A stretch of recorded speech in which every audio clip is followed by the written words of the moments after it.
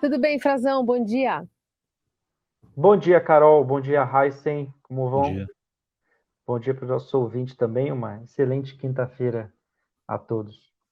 Frazão, a gente está aí nesses 10 dias, né? Faltando 10 dias para o dedinho apertar também o botãozinho da urna.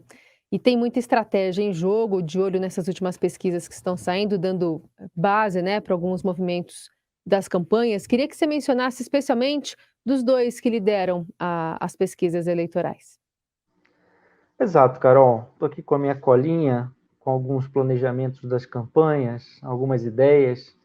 Mas, fundamentalmente, o que a gente vai ver agora são duas coisas. Primeiro, o uso maciço dos meios de comunicação. Os candidatos precisam cada vez mais. Temos dois debates, inclusive um do pool, que o Estadão faz parte, previsto para o sábado, ainda pendente de confirmação, pelo menos da participação do ex-presidente Lula, e o debate da TV Globo também, que é o último, que fecha os trabalhos do primeiro turno na semana que vem. Esse, o indicativo, ainda também a se confirmar, é de que todos devem estar presentes, porque tem algumas regras que a gente já comentou aqui para o nosso ouvinte, como, por exemplo, quem não for, vai ficar com a cadeira vazia no estúdio da TV Globo, e mais do que isso, vai poder ser questionado, perguntado. Então, o candidato adversário vai ter um palanque para discurso, na verdade, né? Então, isso é muito importante e a estratégia das campanhas passa por aí. Além, é claro, de entrevistas, o Lula tem procurado ocupar um espaço diário, dando entrevistas. É claro, ele está em primeiro lugar nas pesquisas, é favorito, e o presidente Bolsonaro também vai procurar se posicionar em ambientes mais seguros para ele. Ontem, por exemplo, à noite, deu uma entrevista para a Rede Vida, uma rede de inspiração católica bastante importante. O presidente Bolsonaro vai fazer também lives nessas últimas semanas, vai intensificar a participação específica para declarar apoio a candidatos que ele não conseguiu visitar ou agendas que ele vai ter que cancelar, justamente porque tanto Lula e Bolsonaro vão concentrar as suas agendas no Sudeste. Hoje o presidente está na região norte do Brasil, vai a Manaus e Belém, mas depois vai voltar, e o Lula também, as suas atenções para o Sudeste, que tem a maior disputa, o maior eleitorado em jogo. É bastante comum disso acontecer, sobretudo quando tem uma eleição que pode ser decidida no primeiro turno. As pesquisas ainda indicam essa possibilidade. O presidente Bolsonaro tem que fazer de tudo para que isso não aconteça. É uma situação inédita, assim, do presidente Bolsonaro, de um presidente no poder estar tentando fazer com que a eleição vá para o segundo turno. E aí tem agendas já nos próximos dias na região metropolitana de Belo Horizonte, em Santa Luzia, do presidente Bolsonaro. Eles também querem fazer um comício grande em Minas Gerais, um mega comício, porque em Minas tem a liderança, ainda o Lula aparece à frente, mas o candidato do Lula não vai bem, o candidato ao governo do estado, que é o Alexandre Calil, ex-prefeito de Minas, e o candidato bolsonarista escondido, na verdade, que é o governador de Minas, Romeu Zema, está praticamente com uma reeleição garantida no primeiro turno. Poderia, eventualmente, aí teria que se negociar, porque oficialmente ele não aceitou se aliar ao Bolsonaro, mas o eleitor do Zema também vota bastante no Bolsonaro. A expectativa da campanha é de que ele conseguiria reunir um apoio maciço em Minas. Ele vai também a Divinópolis. E depois o Lula tem um comício grande no fim de semana, justamente no Rio de Janeiro, com o Eduardo Paes, um dos atores da política mais fortes no Rio de Janeiro, o prefeito Eduardo Paes, do PSD. O prefeito Eduardo Paes vai dar esse palanque para o Lula justamente num espaço que é do bolsonarismo, Heisen. E os dois, claro, vão focar em São Paulo também. O Lula vai ter atividades em São Paulo, é a base da campanha dele lá, é claro, e o presidente Bolsonaro vai ter também atividades em Campinas, e está se programando um grande evento com agronegócio, com produtores rurais, para a região de Rio Preto, na semana que vem, junto com o Tarcísio Freitas, o candidato ao governo do estado. A ideia deles é fazer também uma mobilização bastante significativa na região de Rio Preto, mas no interior de São Paulo, mas cidades grandes, cidades relevantes que possam trazer votos. Sem falar na TV, né, Heisen, na TV, na propaganda na TV, a gente está vendo o Vale Tudo nos últimos Já virou dias. sangue, já virou sangue. Depois que o Lula, na verdade, que inaugurou isso foi o Bolsonaro, se eu não estou enganado, agora se não me falha a memória, na véspera do 7 de setembro, no 6 de setembro, ele colocou no ar aquela propaganda em que as pessoas chamavam o Lula de ladrão, né? Em que tentavam um áudio em que o Lula falava sobre jovens que estavam no mundo do crime, que roubavam o celular, e aí uma série de populares ali associando o Lula a ladrão, a defesa de ladrão, e depois veio com o negócio da família do Lula, tentando vincular o Lula ao primeiro comando da capital, ao PCC, a drogas, uma bateria enorme. O Bolsonaro depois veio com uma dizendo que o Lula não era inocente, não tinha sido inocentado na Operação Lava Jato nos seus julgamentos.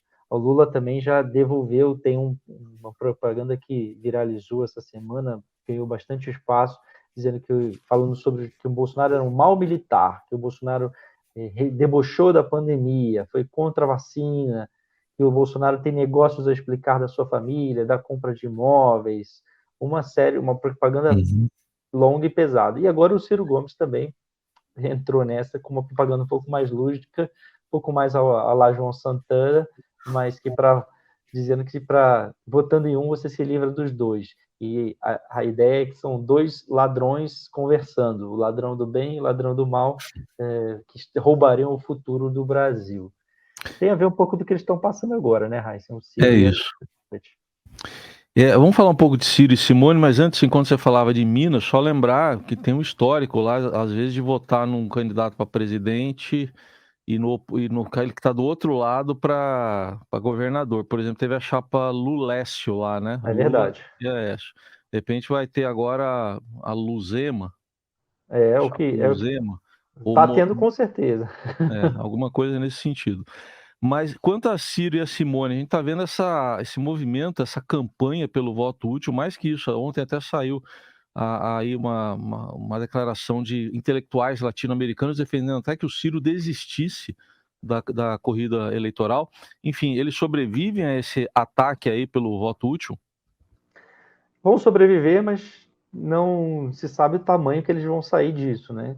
Para eles hoje, aliás, Heisen, a gente viu muitos candidatos do centro desistirem, né? Quem é que se aventurava a ser a terceira via, a tentar ser uma alternativa, uma via alternativa, um caminho diferente de Lula e Bolsonaro nessa eleição, desistiu, já antevendo que isso aconteceria, e não haveria muito espaço, dada o conhecimento dos dois, o grau de decisão que cada eleitor declarava, um pouco espaço para crescimento, tudo aquilo que a gente já conversou aqui, uma eleição de muita estabilidade. O que está restando para eles agora é fazer figuração na eleição de agora dos dois, os votos do Ciro e da Simone, quem vota nos dois hoje já sabe que tem muito pouca chance desse voto ser de fato aproveitável. O cenário que se tem é que quem vota neles acaba levando a eleição para o segundo turno, isso é uma verdade matemática, né, estatística,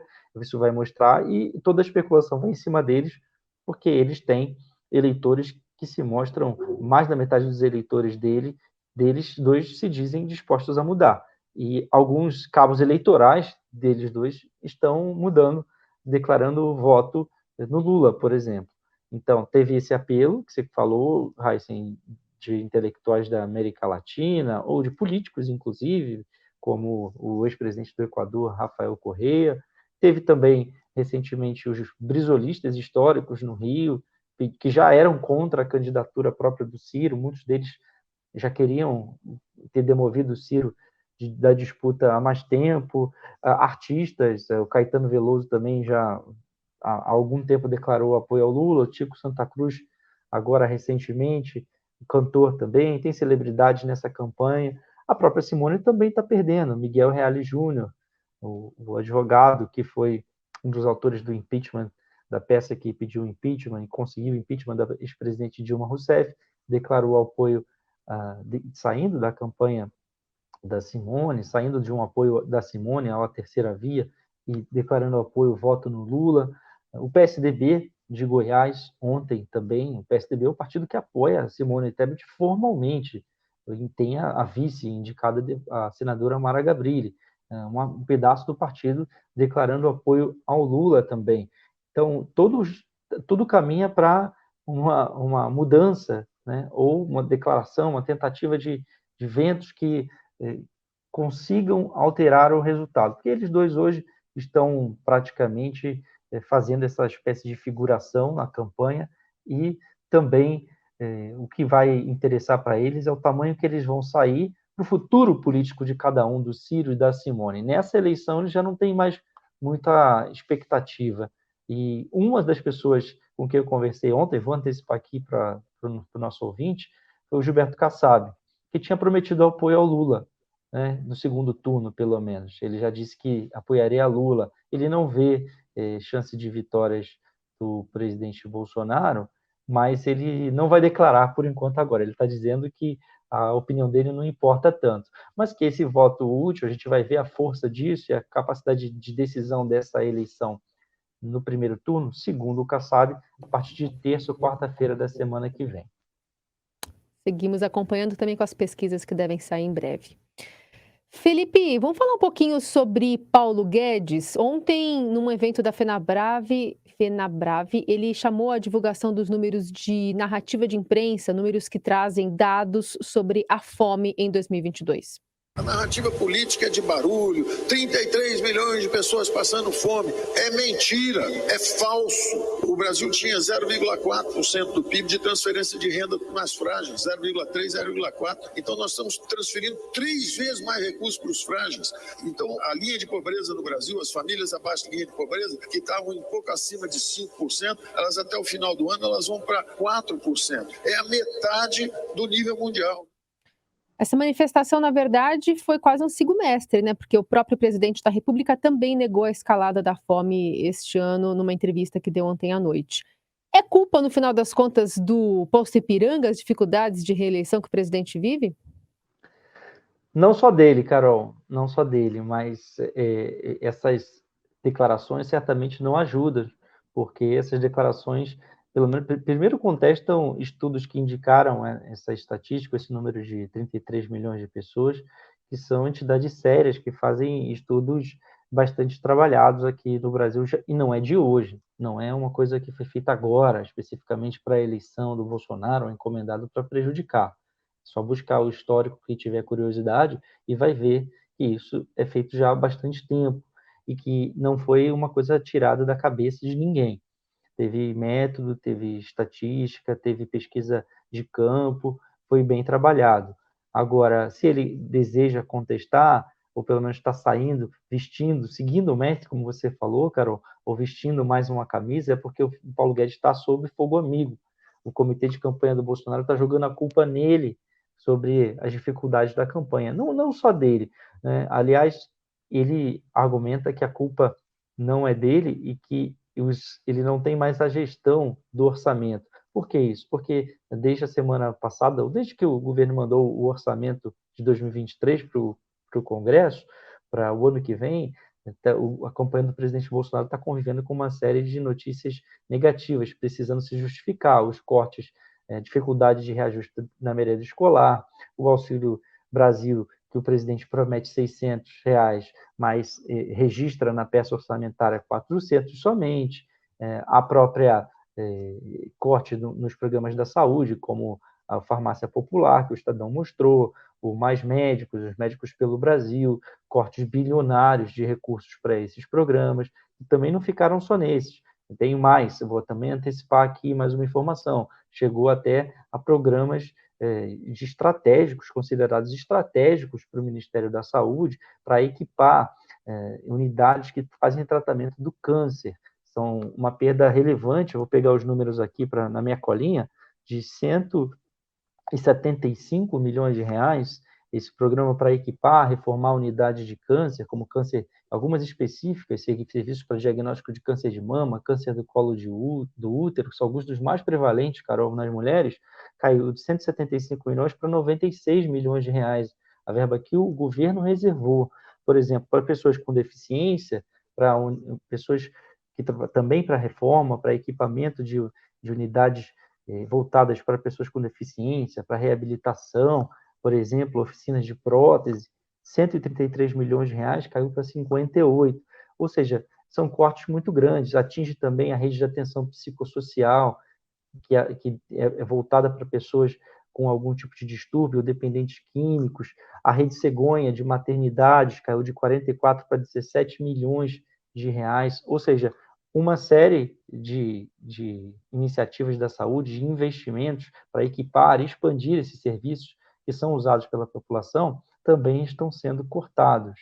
E isso por quê? Para acomodar no orçamento a previsão dos recursos do orçamento secreto, 19 bilhões de reais. É por isso que o Paulo Guedes diz que a culpa não é dele, embora a campanha diga que a culpa, pelas essas notícias negativas, as dificuldades do presidente, pelo menos nesse momento, estão muito em cima do Paulo Guedes. Há ali uma disputa de bastidor entre o Guedes e a ala política do governo. Não é de hoje, isso não é recente, mas se intensificou depois dessa peça orçamentária que trouxe um noticiário negativo do presidente. O Guedes argumenta que isso não é culpa dele, que essas decisões são da Casa Civil, leia-se do Ciro Nogueira, que também está no comitê de campanha do presidente Bolsonaro, mas ele argumenta também que as notícias que são positivas na economia, como um refresco na inflação, uma previsão de crescimento do PIB, um recuo no desemprego, tem a ver com ele, com a área econômica. Aí ele se sai com essa, também veste um pouco a camisa